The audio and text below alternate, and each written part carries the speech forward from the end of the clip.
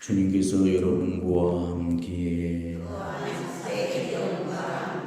성 요한이 전한 거룩한 복음입니다. 그때 저 사람이 어떻게 자기 살을 우리에게 먹으라고 줄 수 있다는 말인가 하며 유다인들 사이에 말다툼이 벌어졌다. 예수님께서 그들에게 이르셨다. 내가 진실로 너희에게 말한다. 너희가 사람의 아들의 살을 먹지 않고 그의 피를 마시지 않으면 너희는 생명을 얻지 못한다. 그러나 내 살을 먹고 내 피를 마시는 사람은 영원한 생명을 얻고 나도 마지막 날에 그를 다시 살릴 것이다. 내 살은 참된 양식이고 내 피는 참된 음료다. 내 살을 먹고 내 피를 마시는 사람은 내 안에 머무르고 나도 그 사람 안에 머무른다.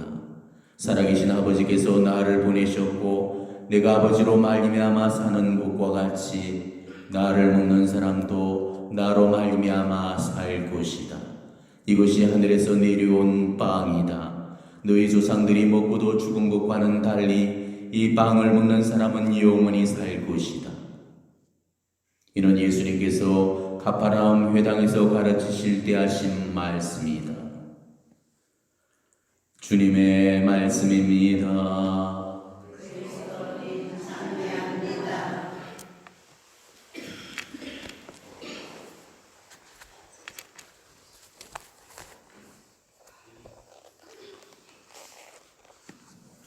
이번 한 주간 들어서 계속 빵에 관한 말씀이 이루어지고 있습니다. 매일 미사 확인해 보시면 아시겠지만은 월요일부터 시작해서 계속 빵 이야기죠. 아래도 빵, 그제도 빵, 어제도 빵, 오늘도 빵. 계속 빵에 관한 이야기가 이어집니다. 언제나 꼭 이맘때쯤이면 복음이 늘 그렇습니다. 그러다 보니까 언제나 어느 신부님이 복음이 계속 빵 이야기만 한다면서 볼멘 소리로 더 이상 갈망할 거리가 없다면서 투덜거리시는 그런 모습을 본 적이 있었습니다. 저 역시도 예전에는 이맘때 강론이 제일 힘들었습니다. 계속 빵 이야기만 하다 보니까 딱히 할 말도 고미천도 달리고 그러다 보니까 강론 준비하는 게 여간 힘든 고역이 아니었죠. 그렇지만 그것은 지금까지 제가 너무나도 무지했기 때문에 그랬습니다. 그동안 제가 성체성사의 신비를 제대로 살지 못했기 때문에 그랬던 것입니다. 성 요한 바오로 2세 교황님께서는 교회는 성체성사로 산다 이런 말씀을 하셨습니다. 자, 교회가 성체성사로 산다면은 교회의 일원인 우리 역시도 바로 성체성사로 살아져야 된다는 것입니다. 그러니까 성체가 중심인 삶, 바로 미사가 우리 삶의 하루 삶의 중심이 되는 그 삶을 살아가야 된다는 것이죠. 교회는 성체성사로 산다. 여러분은 이 말씀의 의미가 과연 무엇인지를 이해할 수 있는지 모르겠습니다. 이 말씀이 진짜로 이해가 되는 사람은 비로소 빵을 이해한 그런 사람이 될 겁니다. 저도 그랬거든요. 성체성사를 살지 못했을 때는 전혀 몰랐던 그 빵의 의미를 이 성체성사를 살기 시작하면서부터 비로소 이해가 되었습니다. 빵이 바로 우리 신앙의 핵심이고 정말 빵을 빼고서는 우리 신앙을 논할 수 없다는 그 사실을 저는 깨달았습니다. 그동안 제가 빵에 대해서 할 말이 없었고 말문이 막힐 수밖에 없었던 이유는 아무런 감흥 없이 성체성사를 집준을 했고 아무런 감격 없이 성체를 배령해 왔기 때문이었습니다. 그 빵이 어떤 빵인가를 진짜로 알았을 때 그 빵이 보통의 빵이 아니고 예수 그리스도의 존귀한 몸이라는 사실을 바로 머리가 아닌 가슴으로 몸으로 삶으로 깨달았을 때 감격과 감사의 목이 메어서 정말 그 빵 앞에 진짜로 할 말을 잃어버리고 말문이 막혔습니다.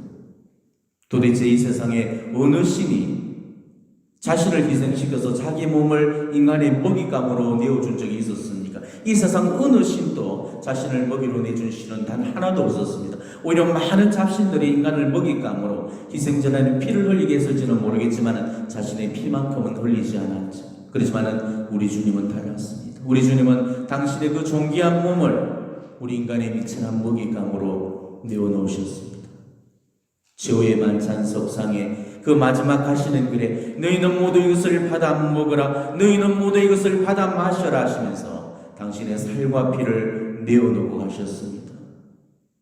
비록 빵과 포도주의 형상으로 주시긴 하셨지만은 그것은 형상만 취하실 뿐이었지 실제로 당신의 살점이고 실제 당신의 핏방울이었습니다. 예수님은 십자가상에서 실제로 당신 살을 갈기갈기 찢고 마지막 피 한 방울까지 다 쏟으셨습니다. 그래서 당신의 살을 뜯어먹고 마지막 피 한 방울까지 온통 빨아먹어서라도 우리를 살려내고자 하셨던 것입니다.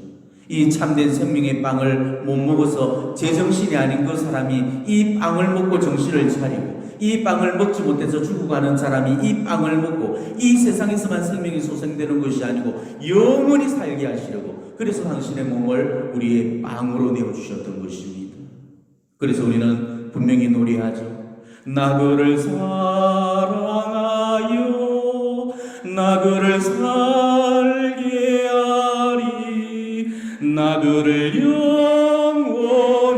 영원히 살게 하리.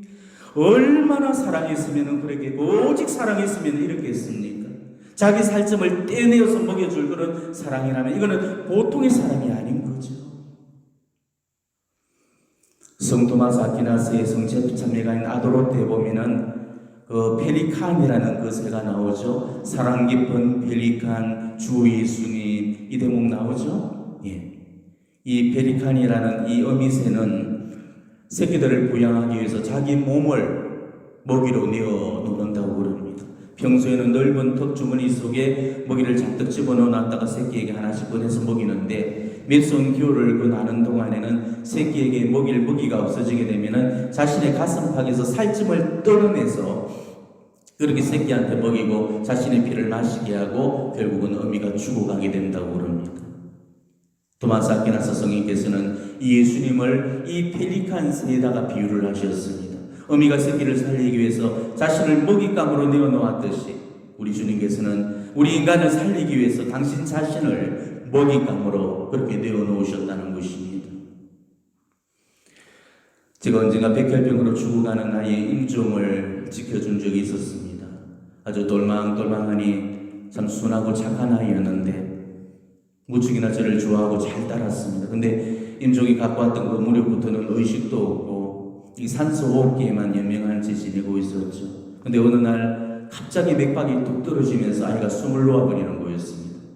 지켜보고 있던 엄마는 그 놀라서 아이를 붙들고 흔들어 깨우면서 울부짖는 거였습니다. 깨어나라고, 일어나라고, 이렇게 보낼 수는 없다면서 그렇게 아이를 부여잡고 막 울었습니다. 아무리 흔들어 깨워도 아이가 아무 기척도 없으니까 갑자기 옆에 있던 그 과도를 꺼내두고 자기 손가락에 꺼버리는 것입니다. 그 손가락 하나가 떨어져 나갈 정도로 피가 낭자하게 흘러져 나왔죠. 손가락으로 철철 흘러나오는 그 피를 아이 입으로 가져가는 거였습니다. 그리고 아이의 입을 열고 그 피를 마시게 하는 거였죠. 사람이 살아있는 그 생피를 마시게 되면은 죽어가는 사람도 살린다는 게 우리나라 민간에서 전해주는 한 처방법이었죠. 안타깝게도 그 엄마의 노력에도 아랑곳 없이 아이는 그 길로 영면에 들었습니다. 죽어가는 아이와 그 아이를 살리기 위해서 자신을 가해했던 그 어머니의 모습 속에서 저는 하나님의 정말 사랑을 읽어낼 수가 있었습니다. 얼마나 우리를 사랑하셨으면 죽어가는 우리 영혼을 살려내기 위해서 당신의 살과 피를 먹여주기로 하셨어요.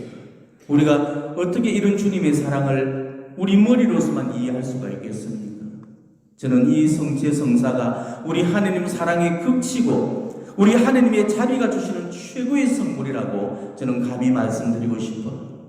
하나님도 더 이상 인간에게 이보다 더 놀랍고 위대한 선물을 주실 수 없을 정도로 하나님이 주신 최고의 선물, 우리 인간이 받은 최상의 선물이 바로 이 성체성사입니다.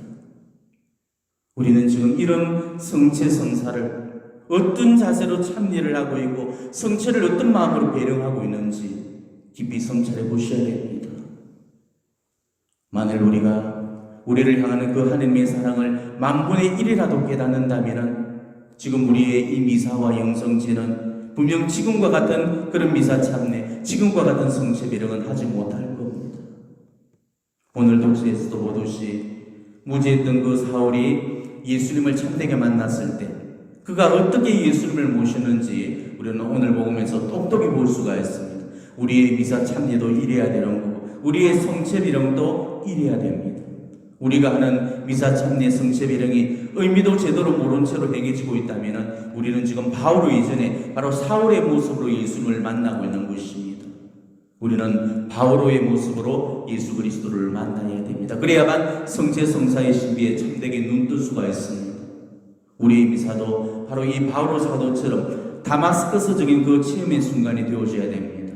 매 미사 때마다 이 바울 사도가 그랬던 것처럼 다마스커스적인 그 체험이 이 미사 중에 우리 안에서 일어나야 되는 것입니다. 무주로움의 눈을 떠야 되고 진리 속에 새 눈을 떠야 됩니다.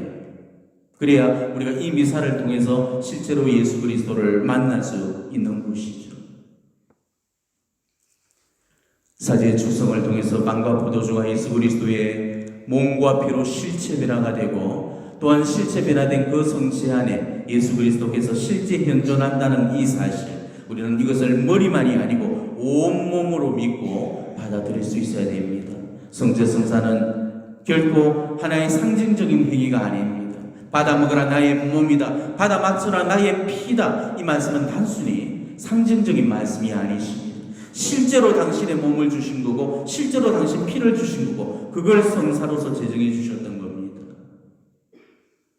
성체 성사는 우리 인간의 지성으로서는 도저히 이해하기 어렵고 설명할 길이 없습니다. 성변화된 그 빵과 포도주는 우리 눈으로 보기에는 그대로입니다. 성체와 제병을 섞어 놓게 되면 어느 게 제병이고 어느 게 성체인지 우리는 분간할 수가 없죠. 아무리 붓고 마셔도 어느 게 성혈이고 어느 게 포도주인지 우리는 분간해내지 못합니다. 실체적인 변화는 있을 뿐이지 맛이나 색이나 향의 이런 형상적인 변화는 전혀 없는데도 예수 그리스도의 몸과 피로 변해졌다는 것이죠. 그러다 보니까 오늘날 신자들은 성체 성혈의 이 실체 변화와 실체 연준에 대해서 상당히 회의적이고 또 받아들이려고자 하지 않는 그런 사람들도 많이 있습니다. 성체 안에 현존하시는 예수님을 과학적으로 증명해내는 일은 불가능합니다. 눈으로 보고도 설명할 길이 없고 이성과 논리로도 증명이 불가능하죠. 빵과 포도주가 예수 그리스도의 몸과 피로 변화, 실체 변화가 되고 그 실체 변화된 성체 성혈 속에 예수 그리스도께서 실제 현존한다는 이 사실, 이거는 우리 인간의 상식과 경험과 지식을 넘어서는 우리 하느님 신비의 영역입니다. 우리 인간의 지력으로는 아무리 깨달으려고 해도 하느님 신비의 영역을 깨닫지를 못합니다. 너무나 엄청난 신앙의 신비이기 때문에 그래서 사제는 축성기도 끝에 신앙의 신비여라고 소리 높여 외치고 있는 것입니다. 정말 이 성체 성사는 신앙의 신비입니다. 신앙이 없이는 결코 받아들일 수가 없고 받아들이기 힘든 그런 신비입니다. 빵의 형상 안에 그리스도께서 실제하신다는 것은 이건 인간의 이성으로서는 이해하기 힘들죠. 과연 그 작은 제병 안으로 예수님이 들어오시고 그 작은 제병 안에 예수님이 어떻게 계실 수 있겠습니까? 아마 신자라면 누구나가 이런 의문점은 한 번씩은 가져보셨을 겁니다. 하지만은 하느님의 전지전능하심을 우리가 믿는다면은 우주 만물 삼라만상을 창조하신 그 하느님께서 제병을 당신 몸으로 바꾸시거나 그 조그만 제병 속에 당신 몸을 감추시는 것을 왜 못하시겠습니까? 말밥통 속에도 들어가신 분이신데 빵덩이 속에 못 들어가시겠습니까? 물을 포도주로 변모시켰던 분이 빵과 포도주를 당신 살과 피로 변모시키는 기적을 왜 못하시겠습니까?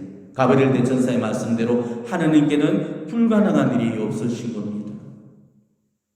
실제로 우리 성교회는 매 세기마다 몇 건씩의 성체 기적이 꾸준히 일어났습니다. 교회 역사를 통해서 하느님을 믿지 않는 사람들을 위해서 성체의 기적을 보여주셨죠.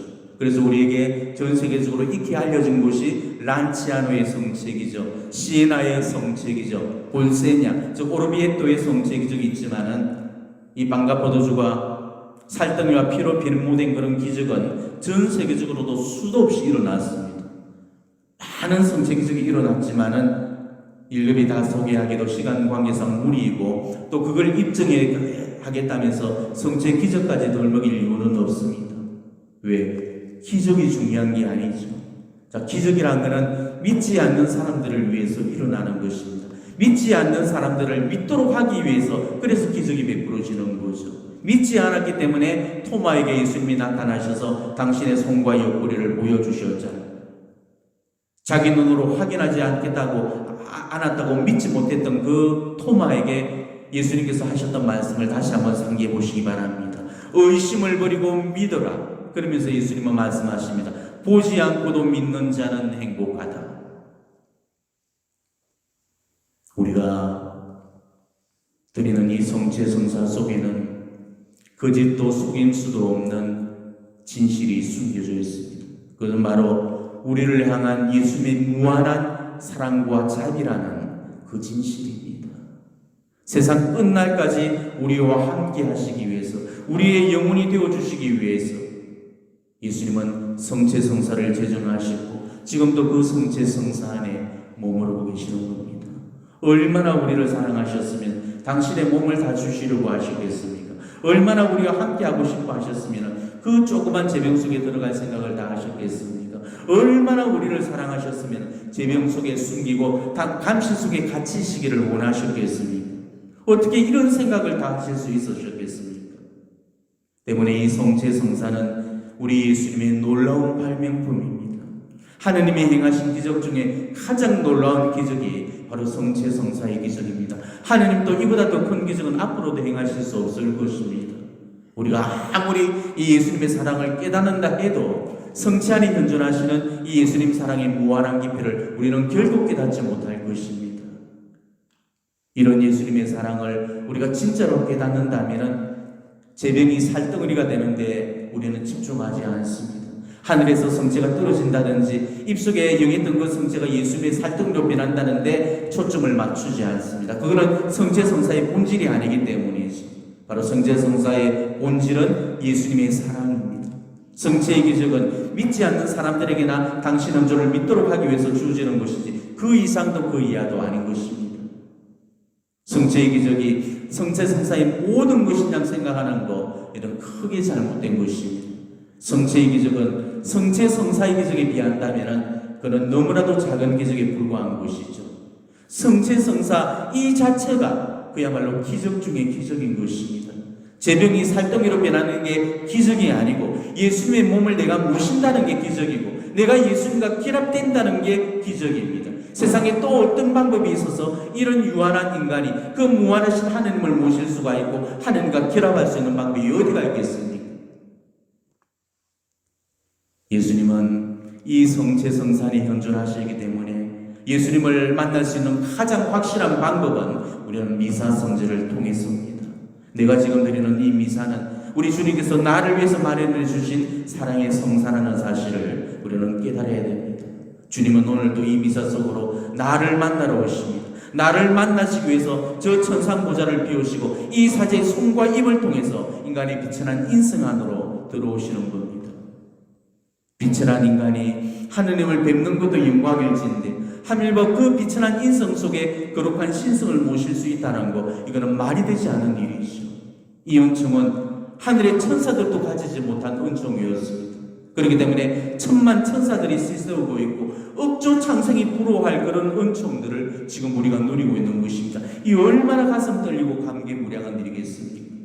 미사가 없다면 우리는 결코 주님을 만나지 못할 겁니다. 지금 우리가 바치는 이 미사 동안에 우리 눈에는 보이지 않지만은 어떤 일이 실제로 벌어지고 있는 줄 아십니까? 이 미사 성자를 돕기 위해서 천국의 문이 열리고 천상의 천군 천사들이 내려와서 이 제단을 에워싸고 있고 여건 각자의 수호 천사들이 제단 앞으로 나와서 무릎을 꿇고 있습니다. 성녀 비리스다 수녀님은 자신의 묵시록에서 환시 중에 받던 미사의 은혜를 이렇게 진술을 해주고 있습니다. 어느 날 제가 성스러운 희생제의에 참여하여 사제를 돕고 있을 때 셀수 없이 많은 천사들이 제대 주변으로 내려와 사제를 에워싸는 것을 보았습니다. 천사들은 천상의 성가를 불렀는데 저는 황홀경에 빠져들었습니다. 제 자신이 천국에 들어가 미사를 드리고 있는 것 같았습니다. 이렇게 신비롭고 놀라운 일들이 모든 미사에서 일어나는데 무지한 우리들은 이 성스러운 희생 제의에 대한 그 어떠한 사랑이나 관심이나 존경조차 없이 이 미사에 참여하고 있으니 이는 참으로 안타까운 일이 아닐 수 없습니다. 하나님께서 우리의 눈을 뜨게 하신다면 얼마나 많은 신비를 깨닫게 되겠습니까? 이렇게 기탄을 하십니다. 우리 눈에는 보이지 않지만 이런 신비로운 광경이 매번의 미사 때마다 벌어지고 있는 것입니다. 바로 지금 이 순간에도 천사들이 지금 제단 주위를 에워싸고 있고 하느님의 은총이 이 제단을 적시고 있고 사제의 제의를 물들이고 그 은총이 이 제단에서 끊임없이 흘러나가서 지금 여러분을 은총으로 적시고 있는 것입니다. 그렇기 때문에 맨 앞에 있는 사람들이 은총을 제일 먼저 받고 제일 많이 받게 되죠. 그래서 금총, 은총 중에 은총이라고 해서 금총이라고 그럽니다. 그리고 그 다음에 있는 사람들이 은총을 받고 그 다음이 동총을 받고 맨 뒤에 앉아서 그렇게 맨 뒤에 앉았다가 제일 먼저 나가는 그런 사람들은 똥총만 받는다고 그렇게 이야기를 하죠.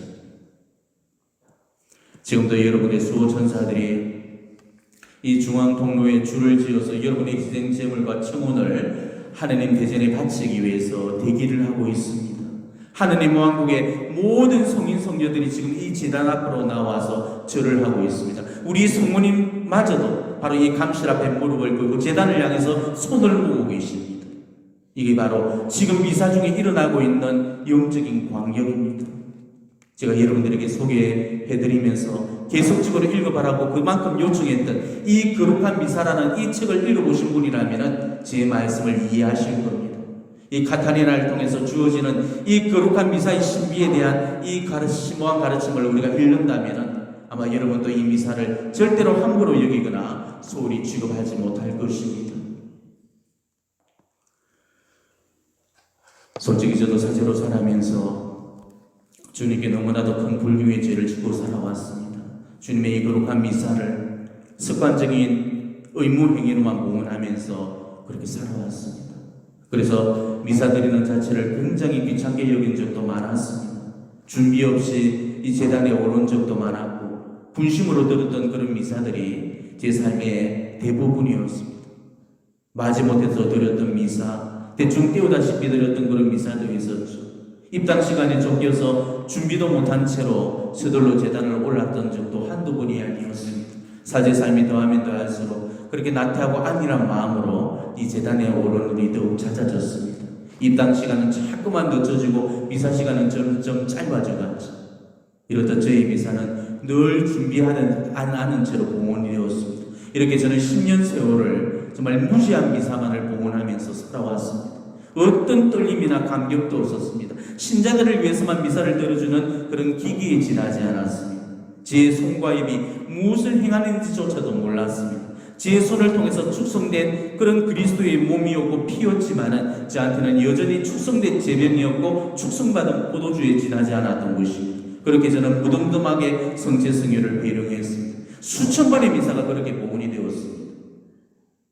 그러다가 제가 회개를 하면서 그 사제의 때가 시작되면서 한 가지 결심을 굳혔죠. 제가 일평생 긴 미사를 봉헌하겠다는 그 약속을 우리 주님께 소원으로 드렸습니다. 교우들을 위해서 매일 사제가 한 대의 미사는 봉헌하지만은 제가 드리는 이 개인의 한 대 미사만큼은 오로지 저 자신을 위해 그리고 드리고 싶었습니다. 왜냐하면 지난 세월들에 대해서 저질렀던 그 죄절에 대해서 정말 속지 않은 의미로 우리 주님의 순환 시간에 맞춰서 오후 3시에 미사를 봉헌하기를 시작을 했고 그렇듯 어느덧 10년째 이루고 있습니다. 처음 한동안은 늘 눈물의 미사를 드렸습니다. 저는 제단 앞에 엎드려서 통곡을 했습니다. 얼마나 많이 울었던지 늘 저 죄인은 흥건히 젖어 있었습니다. 죄스러워서 울고 못 살아서 울고 마음 아파서 울고 감격에 겨워서 울고 감사해서 울었습니다. 그동안 제가 얼마나 무지한 미사만을 봉헌해 왔는가를 저는 절절히 깨달으면서 그렇게 통회했습니다. 정녕 여러분도 저처럼 이 미사의 신비를 제대로 깨닫기만 한다면 눈물 없이는 도저히 빠질 수 없는 그 제사가 이 미사라는 사실을 깨달을 수 있을 것입니다. 그분은 나를 위해서 죽어주셨다. 이게 우리 미사의 핵심입니다. 주님은 나를 위해서 돌아가셨습니다. 그 누구보다도 죄 많은 나를 위해 죽어주셨습니다. 이게 우리가 기념하는 미사입니다. 우리가 정말 이 사실을 깨닫는다면 우리가 어떻게 이 미사를 값없이 소홀히 여길 수가 있겠습니까? 이 미사가 나를 위한 속죄의 제사인 줄을 안다면 우리는 하느님의 사랑 앞에 눈물 흘리지 않을 수 없을 겁니다. 저는 날이 갈수록 이 미사를 집전하는 일이 너무 무섭고 두려워집니다. 저를 알면 알수록, 하느님을 알아가면 알아갈수록 제 비참함과 또 하느님의 의미로움 사이에 그 간극이 끝없이 벌어지기 때문이죠.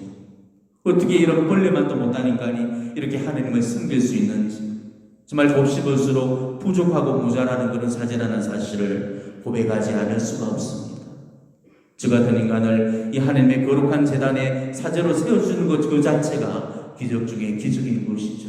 이 세상에 가장 큰 기적이 바로 이 사제 안에서 이루어졌다는 것을 저는 고백하지 않을 수가 없습니다.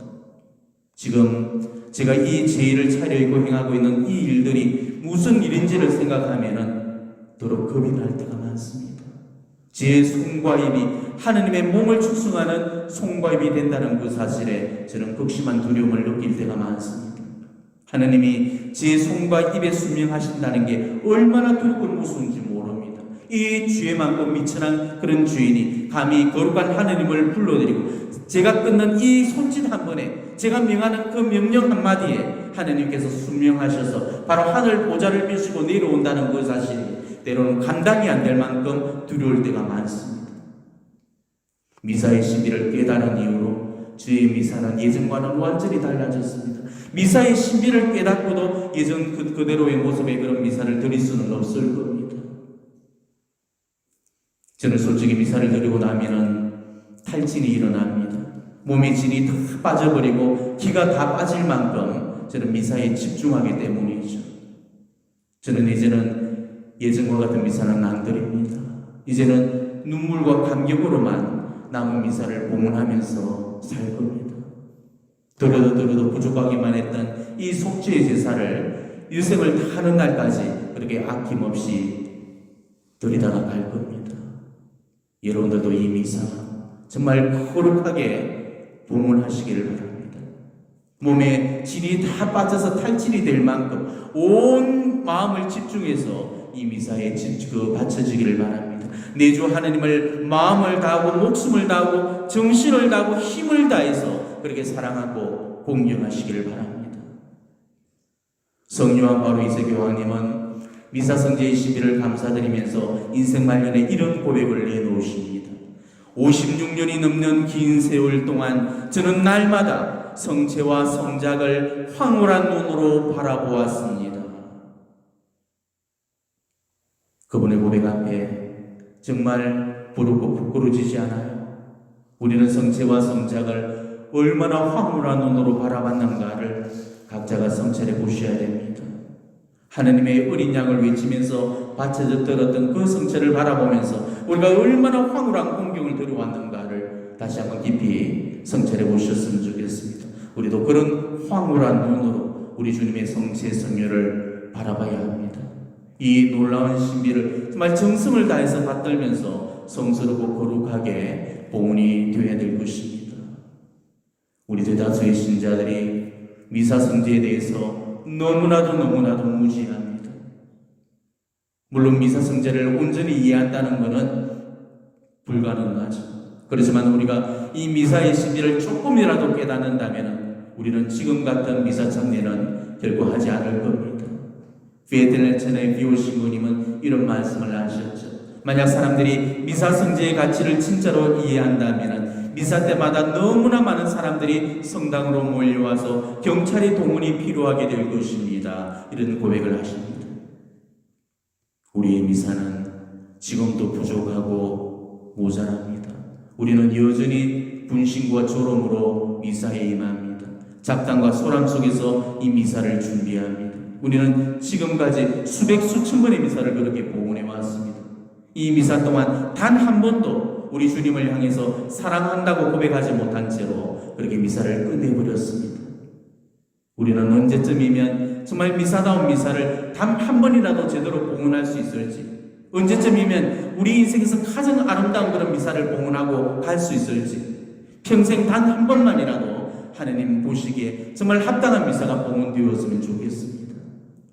그러려면은 독성 상태에 머물러 있으면서 예수님의 마음을 아프게 해드리는 그 성취의 배령과 실종 상태에 떨어져 있으면서도 우리 예수님의 성심을 지극히 슬프게 해드리는 그 모든 형태의 모령 성취를 우리는 중단해야 됩니다. 불길한 마음과 불량한 양심으로 신앙을 살고 허위와 위선의 그런 모습으로 우리 주님을 만나고 죄악을 감춘 채로 영성죄의 행렬 속에 줄을 서면서 아무런 가책도 없이 성죄의 신비를 더럽히는 그런 죄악을 우리는 멈춰야 됩니다. 더 이상 예수님을 슬프게 해드려서는 안 됩니다. 지극히 거룩한 성산에 계시는 그 예수님을 우리는 모욕해드려서는 안 됩니다. 어떠한 일이 있더라도 이 구원의 희생제의를 무례히 배려해서는 안 되는 것입니다. 성체 안의 주님은 지금 불경한 자들이 범하는 모령 성죄로 인해서 지극히 슬퍼하고 계십니다. 어떤 보속과 희생도 없이 미사에 참여하고는 사람들로 인해서 마음 아파하십니다. 준비하지 않은 채로 미사에 참여하고 생각 없이 습관적으로 성체를 받아 모시는, 성당 문 밖을 나서자마자 성체 성사로 우리를 찾아오신 주님을 까맣게 잊어버리고 사는 모든 사람들 때문에 지금 너무너무 슬퍼하십니다. 이게 바로 성체 안에 계시는 주님의 지극한 슬픔이고 탄식이라는 것입니다. 우리만이라도 이 예수님의 거룩한 성심을 위로해드려야 됩니다. 세상 사람들이 짓고 있는 그 죄악들, 하나님을 알게 모르게 살아가는 사람들이 짓는 모든 죄들까지 바로 이 미사를 통해서 우리가 대신 속죄하고 보속을 해드려야 됩니다. 정말 저나 여러분이나 정말 이 미사 속에서 행복한 사제, 이 미사 속에서 행복한 신자로 살아갔으면 좋겠습니다. 저희 역시도 사제로서 생명이 다하는 날까지 온 마음과 정성으로 이 제단 앞에 쓸 겁니다. 그리고 오늘도 제가 바치는 이 제사가 제 생에 처음으로 바쳐지는 미사처럼, 제 생에 마지막으로 바쳐지는 미사처럼, 제 생에 단 한 번뿐인 미사처럼 그렇게 정성을 다할 것입니다. 여러분들 역시도 이 미사의 존귀함을 깨달으시고 정말 이 신비 안에 진실로 영적인 눈을 뜨시고 거듭나시기를 바랍니다. 그래서 여러분도 저와 한 가지, 여러분이 바치는 오늘의 이 미사가 여러분 생에 처음으로 바쳐지는 미사처럼, 여러분 생에 마지막으로 바쳐지는 미사처럼, 여러분 생에 단 한 번뿐인 그런 미사처럼 그렇게 정성을 다해 봉헌되기를 진심으로 축원합니다. 아멘.